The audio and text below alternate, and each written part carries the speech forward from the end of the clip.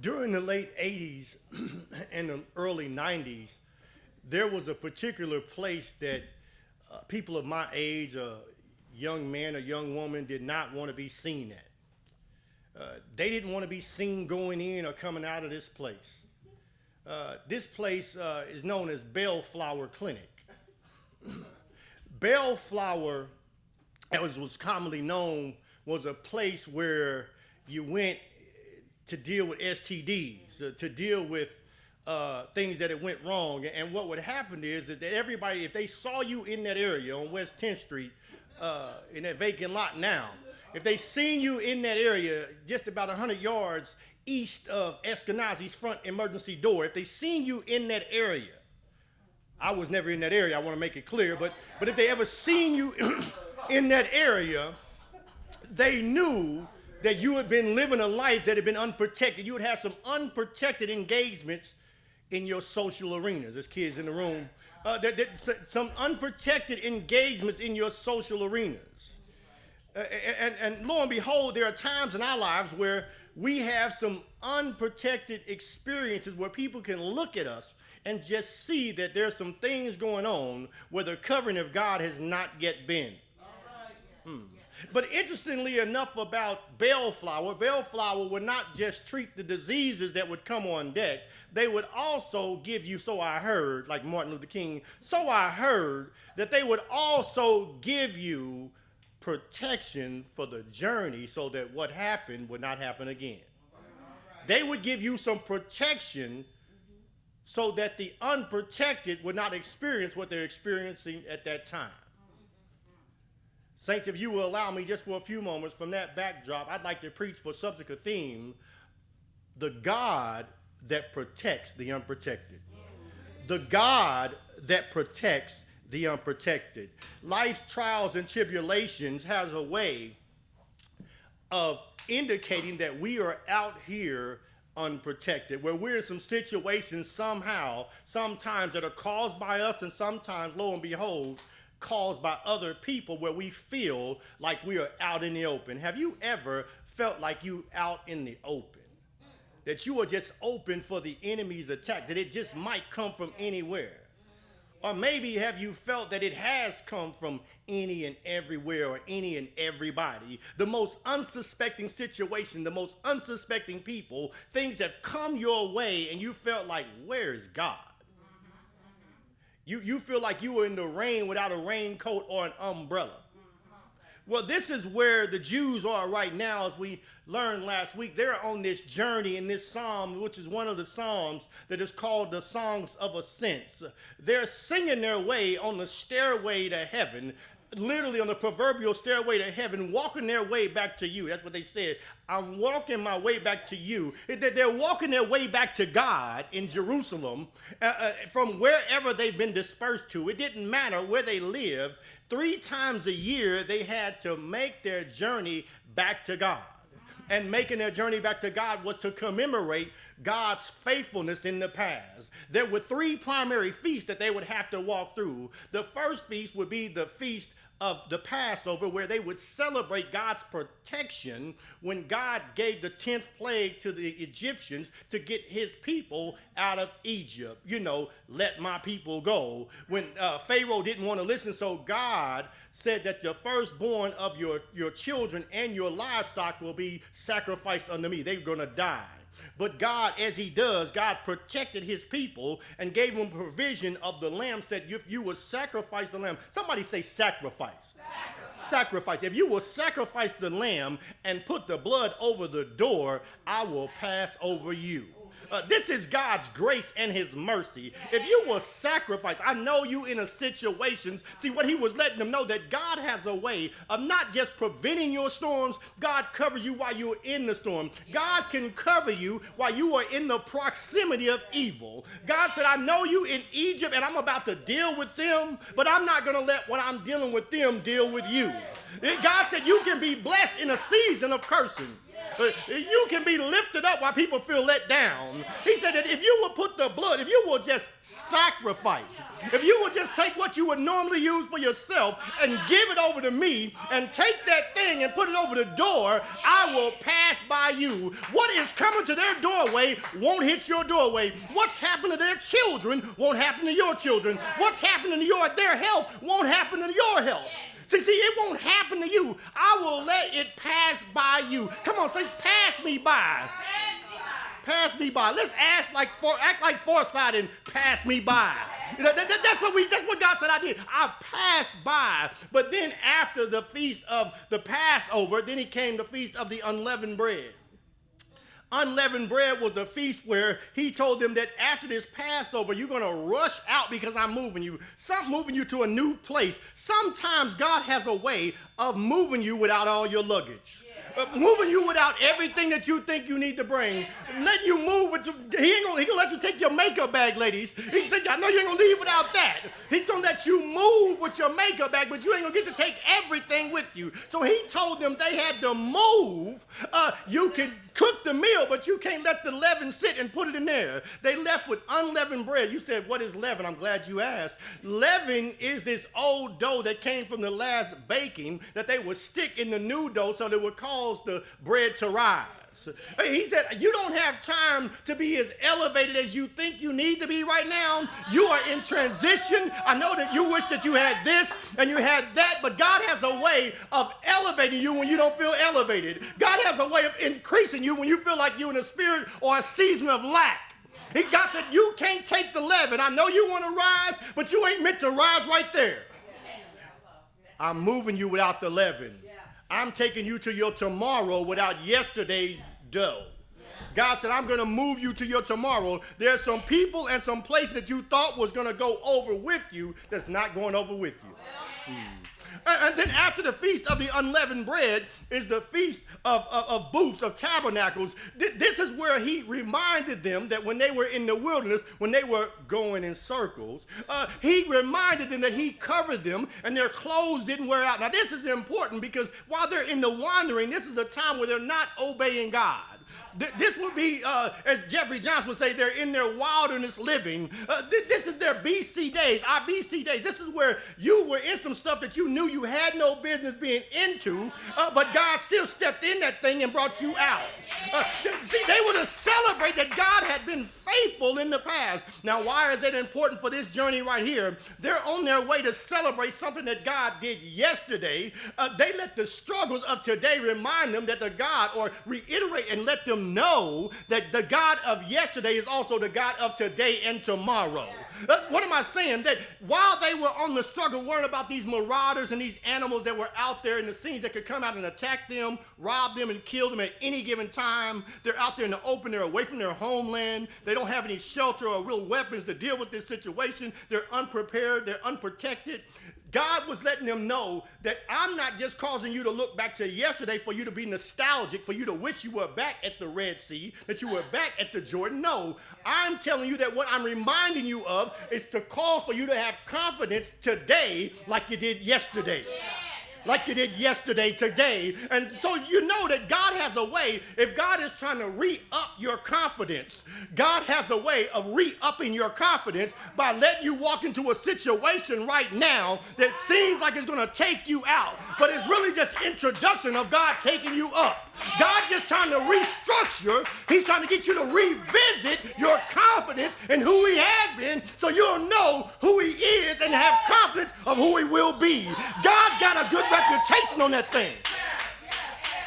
God is the God that protects the unprotected. And so as he deals with them in verse 3, look what he says. He's already proclaimed and answered the question who his help is and where it comes from. The psalmists have already claimed that their help is personal, that it's not mama's help or daddy's help. Because remember in verse 2 he said my help, not they help, because they help might not be your help if it ain't your help. He said my help, so he's already claimed that thing as theirs, right? And so then he goes to verse 3 and said he will, pointing back to God, Yahweh, he will not let your foot be moved. Now that's unimportant until you recognize who Yahweh is. Yahweh is the covenant-keeping, existing God. That means he's the God that's married to you. I know not like the marriages we see today. He's the God that won't leave, the God that won't act crazy. He's the God that you can act crazy with but still be there. God, my wife knows I've act crazy sometimes, but yet she's still there. I praise the Lord for her. So he's not a husband like I'm a husband. He's better than me. So he said, but he's the God that has married you. You know, when they say for good times, for better or for worse. Most of the time they shout on better, but worse sometimes becomes a whisper in the ceremony. But he said, he's the God for better or for worse. He said, I'm married to you. So he says that he will, the husband, will not let your foot be moved. That word let right there opens it up to us now. That word let is not let, it means give. God is saying that he will not give you over to destruction. Now, I hear you confused right now because we've been in 2 Chronicles a few weeks ago, and I said that God brought every kind of distress to them. And you're like, Pastor Gene, but you just said that God took them to every kind of distress to get their attention. Follow me up now, get to the last part of that, to get their attention. God will not give the faithful over to be destroyed, because he says when you're faithless, he's faithful. God is true. He said, I'm not man that I should lie. So what am I saying? He said that in 2 Chronicles, when he said all these distress, he said they were without the true God, the reliable God. They were without a teaching priest, the word of God, from a teacher that would teach right, and then they were out the law. They weren't obeying God's commandments. So he said that he had to bring this calamity to what I just said a minute ago. He brought this calamity to re-up their confidence. God said he will not let your foot be moved. I know it's not podiatry. He's not just talking about feet. It's figurative to say that it's your life. God will not give your life, my life, and the life of those that are trusting in him. He will not give your life over to destruction. Now that's important because how do you know they're faithful? Because I just said the context reveals that they're on their way back to God. That means these are the ones that are walking in God's will. They're only out there. You're only out there because you had the nerve to go and believe and trust and do what God said. You're only in what you're in because God put you in there. Come in, disciples. You're only in the middle of the river or the lake because Jesus said go. But you got to do like Peter. If you're going to experience him not letting you be moved, Peter said, bid me come. And Peter was the second man to walk on water. Bid me come. You'll be able to walk on this thing. Your foot won't be moved. Connection, walking in feet. This is the consistency of living a life in the spirit, walking in righteousness with God. He said that if you are faithful, he will not let your foot be moved. He will not give you over to destruction. So the calling and the position that God has placed you in right now is not meant to take you out. It is meant to take you up. It is meant to take you up. If you are following him, I don't care how it looks. I don't care how it feels. If you are in his will, if you are honoring your position, God said he will not let you be destroyed. You will not be put to shame, as Psalms 25 says. You will not be put to shame. God has called you for excellence. You were the head and not the tail. The devil is a lie. And he's a lie from where? The pit of hell. He will not let your foot be moved. And then he says this. He says, why? Here comes the protection of the unprotected. In the B clause of verse 3, it says, he who keeps you will not slumber. That word keeps is a guard. He's a bodyguard. We talked about that last week. But he says he will not slumber. That word slumber has the idea of dozing off and falling asleep. He said he will not doze off and fall asleep. What he's pointing back to is the moving part. Because moving, though I said is destruction, it carries also the idea of swaying and staggering. You see, there's some things that come at you, but you won't go down. So he's saying that you may feel like you're going through some things because some things can rock you. You feel like you're on unsteady ground. The devil is like, we ain't going to give false truth here. But the reality is God said you may feel like you're going to fall and be destroyed just because you're moving a little bit. I don't know if you know it or not, but the buildings in Chicago, the skyscrapers, when they built those buildings, they built the foundation so firm that there's a certain amount of feet that they will allow for the swaying of the buildings when the wind blows. So if you up top and the wind starts blowing, the architects understand that we ain't got to worry about it falling because it's swaying within the prescribed perimeter that the architects set up. And God said, when I set you up, I've given you a certain amount of degrees to move that thing. You ain't about to fall. I know you're rocking. You feel unsteady. No. God said, I'm not going to let you be destroyed. And the reason why is because I'm not going to slumber. I'm not unalert to what you're going through. When it came at you, it had to come through me first. He said, I will not slumber. I won't doze off and fall asleep. I won't tell you I was watching the show and can't tell you nothing about it because I don't dozed off. God said it won't catch me unaware, because most of the time when you fall asleep, what happens is you don't plan on falling asleep. But unless you some people in our house, we'll watch a movie and they'll lay down in a certain position. And we know when the movie starts, when they lay down in this certain couch or in the bed or when the lights go out, we know that this person is going to have the movie watching them. And then when they wake up and say, well, what happened? You rewind it? No, rewinding it. You knew what you were doing when you laid down. You didn't fall asleep. You planned on going to sleep because you got comfy. You got the right special cover. Your highlighted socks. Come on, but you see, God said, I'm not going to doze off. See, the reality is what's happening here is that in their context, because you say, why is God talking about slumbering? There's many other things God could talk about. He could say he's a conqueror and all these other things to indicate his faithfulness to his people. But what was happening was in ancient Near East, the pagan gods, the false gods, one of the things that would happen is they would say that when a prayer wasn't answered, when God didn't do what they asked him to do, they would say he was either asleep or away. And so God is actually indicating his character to the Jews while they're in pagan territory. See, even when they look to the hills at times was being said by the unbelievers that was the source of their strength, that their God rested in the hills. So their first look was to look at the things that everybody else worshiped when they looked at the hills.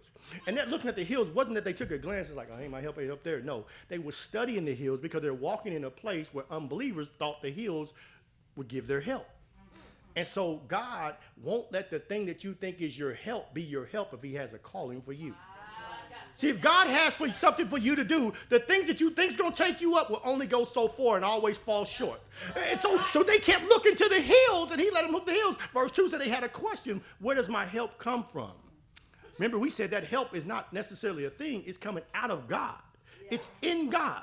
And so when he says not slumber, he's reiterating again, giving them a second test to let them know that I'm also not a God that falls asleep. I'm not in the hills. I'm not where you think I'm at. But I'm also not a God who's unalert to what you're going through. Right. So if it hasn't happened, it doesn't mean it won't happen. It just means that it will happen when it's supposed to happen. God has not slumbered on you. That vision that God has given you, what he's called for you to do and be, God has not slumbered. That hell that you're going through right now, if it is ordained in the will of God, I don't care what it looks like right now. The devil is a lie. God is a restoring God. He's a redeeming God. God has put his name on that thing. He has married you to a purpose that's going to take you up to make this test a testimony and your mess a mess age, meaning that you're going to grow through this mess and become a mess age. That's what God is saying. He does not slumber. But then he says this, behold, because he says, as if they didn't pay attention, he says, behold is an interjection to grab attention, like listen up, because I know you're not paying attention. I know you're looking at the baby walking around, but you're not really catching this word. God says, behold, look up, pay attention. I'm saying something that you need to be listening to. Behold, he who keeps Israel will neither slumber nor sleep, because the slumbering part is the falling away, is the unalertness, right? Unaware. But sleep is the total disregard. Sleep is where I'm not even concerned about what you're going through. So God said, look, I'm not going to fall asleep because I've lacked the skills and capacity to do what you need me to do. Meaning, God said, I'm not going to run out, right? I'm not going to slumber. The help I'm giving you is not going to run out, right? All of a sudden come to an end and you find yourself out there in the middle without a paddle, right? No. Then he says this, but on the other side of that, I'm not going to sleep. I'm not going to disregard you. I will be alert, and I am alert to what you're going through, right? I'm going to provide what you need. I'm going to guard you, because that's what the guard is doing. Most of the time when you see a bodyguard on deck where there's protection, the goal of something coming at you is trying to catch you unaware. Remember the devil roaming around, seeking to and fro. Yeah. See, trying to catch you off guard. But sometimes we are off guard, but God said, I'm not off guard. And you can even look at Job. Satan, he said, where you been, Satan? See, Job was unaware of what Satan was doing, but God wasn't. That's right. Where you been, Satan? Where you been? Yeah, he goes, what? Whoa. Yeah. I know you, because see, God already knew he had targeted Job before he ever said it. He just gave him an opportunity to bring your name up so God can let him do it so he can be in that thing. Let me wrap it up with this. Last week I told you, it says in verse 4, it says that the Lord is your keeper. Verse 5, the Lord is your keeper. The Lord is your shade on your right hand. The sun shall not strike you by day, nor the moon by night. Look at what he says in verse 5, and I'll wrap it with this. So we know that God is not unalert, and God will be alert, right? He has the ability to cover you. When he says the shade thing, wrapping it up, he says this. Remember, we said that it's a shadow, right? And so when a shadow comes at you, what happens is it said the sun comes in straight angles, right? The sun shoots at that thing, and what it can't go through, it casts a shadow of a thing it couldn't overcome, right? God has a way of getting in that thing, letting your problem come at him, and gives him an opportunity to shine his glory off on your life. See, God marries himself to you that if you move with him just like that, people have a way of seeing you, but they see the God that's over you and through you. So what was set to take you out is really an opportunity to take you up, to show God off. God is a shadow that he, she, or them that's coming at you is only an opportunity to reveal the God in you. God steps in because that problem loses its power and comes at God because God has merged himself and covered you, and people start to see God on you. They were questioning who you were before, questioning how you were living before, saying this and saying that. But when the storm came, God used that thing to re-up you, to know his confidence in him. And so it just shows him off. The shadow is meant to reveal that God is on your side. God protects the unprotected.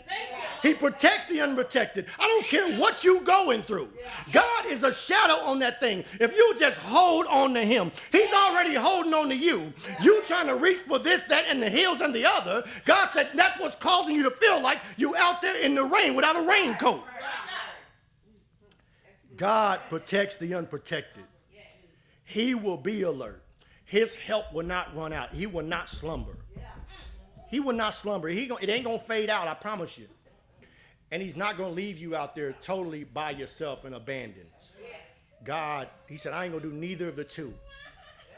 What he's really saying is God has a way of telling you what he is by telling you what he won't be.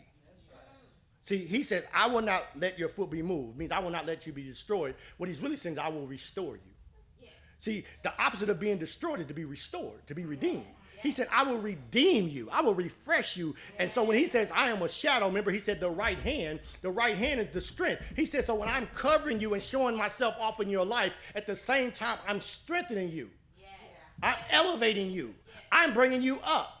What they meant to take you down, when I step in that thing, has the adverse effect. It becomes a tool that I use. I use the enemy because like Tony Evans said, the devil is even God's devil. Some of the devils that's coming at you is still God's devil because he's going to take you down, but God got him by the neck to bring you up because God reveals himself in that thing. This too shall pass. God is covering you. In Psalms 46, as I read earlier, you notice in there about verse 3, it says, though the waters roar. No, verse 2, it says, therefore we will not fear, though the earth gives way, though the mountains may be moved into the heart of the sea. Look at that. God loves you so much that he says that the mountains will be thrown into the sea. They will be unstable where you won't. God will cover his people. He said the mountains, he said those things that are coming at you, they going to move. I'm going to let them be destroyed, but I ain't going to let you be destroyed. See, he's showing, God all the time reiterating, I'm covering you. And you are on this journey like the Jews were on the journey to come back to him. Working my way back to you, baby. That's what you're doing. God said, while you working your way back to me, I'm covering you. This will not destroy you. I will not give you over. They may have gave you up. I ain't going to give you up. I ain't going to do it. God said, I ain't going to do it. He said, instead of giving you up, what I did is I gave my son up. I gave my son up. The only destruction that happened is God said, I gave my son up. And even that, I rose him back up to raise you up.